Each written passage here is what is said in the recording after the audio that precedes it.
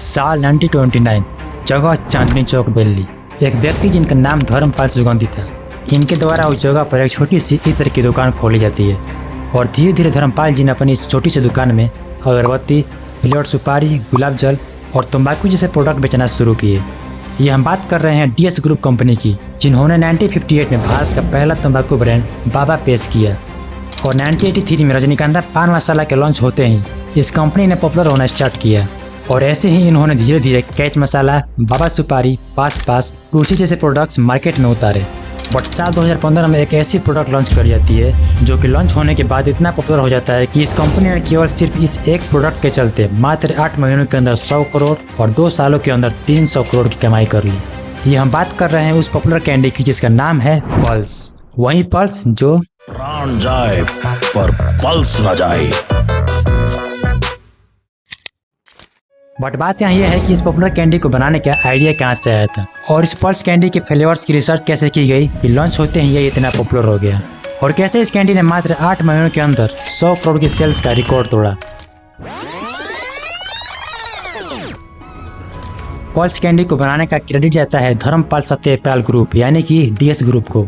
उन्होंने 2013 में pulse candy के कंसेप्ट पर काम शुरू किया और 2 साल के डेडिकेटेड प्रोडक्ट डेवलपमेंट के बाद साल 2015 में इस कच्चे आम वाली फ्लेवर कैंडी को लॉन्च किया। लेकिन बात यहाँ यह है कि इस पॉपुलर कैंडी को बनाने का आइडिया कहाँ से आया और इसकी रिसर्च कैसे की गई। पल्स कैंडी बनाने का आइडिया डीएस ग्रुप के प्रोडक्ट डेवलपमेंट टीम से आया था। उन्होंने 2013 में इस आइडिया पर काम शुरू किया था। भारत में कच्चे आम को मसालों के साथ खाने की परंपरा को देखते हुए उन्होंने एक ऐसी कैंडी बनाने का सोचा जो इस स्वाद को कैप्चर कर सके। उन्होंने देखा कि भारत में कच्चे आम और मसाले का कॉम्बिनेशन बहुत लोकप्रिय है। इसी इंस्पिरेशन से उन्होंने एक कैंडी बनाने का सोचा जो कच्चे आम के स्वाद के साथ मसालेदार ट्विस्ट प्रोवाइड करे।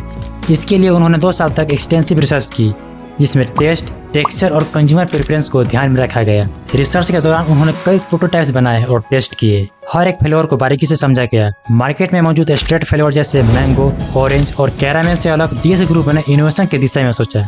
उन्होंने एक पाउडर फील्ड कैंडी बनाने का फैसला किया जिसमें फाइनेस्ट इंग्रेडिएंट्स जैसे टैंगी सॉल्ट और स्पाइसेस का इस्तेमाल किया और कैंडी के कोर में उस पाउडर को फिल किया।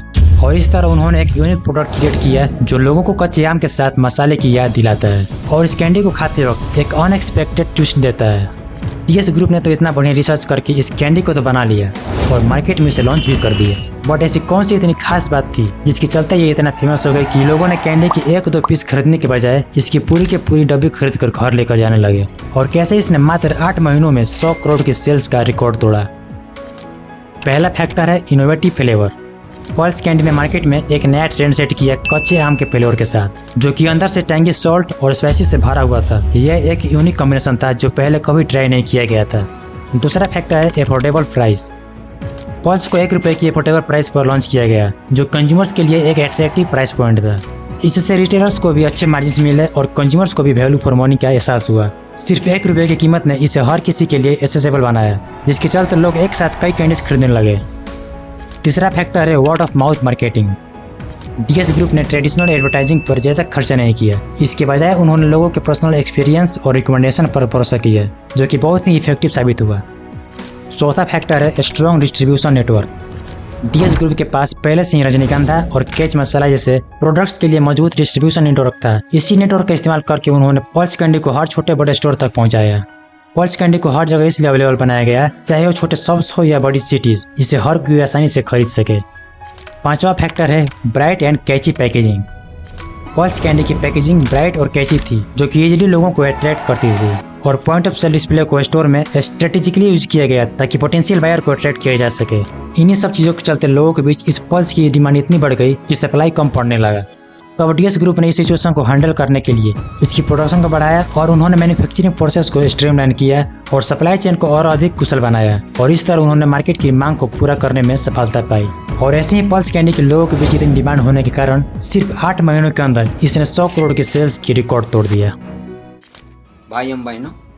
आज हमने देखा कि कैसे पल्स कैंडी ने अपने चटपटे स्वाद और मसालेदार ट्विस्ट के साथ भारत के कैंडी मार्केट में लहर ला दिया और सिर्फ 8 महीने में 100 करोड़ की कमाई की। डीएस ग्रुप के सोच, इनोवेशन और वर्ड ऑफ माउथ मार्केटिंग ने पल्स कैंडी को एक अलग ही पहचान दी।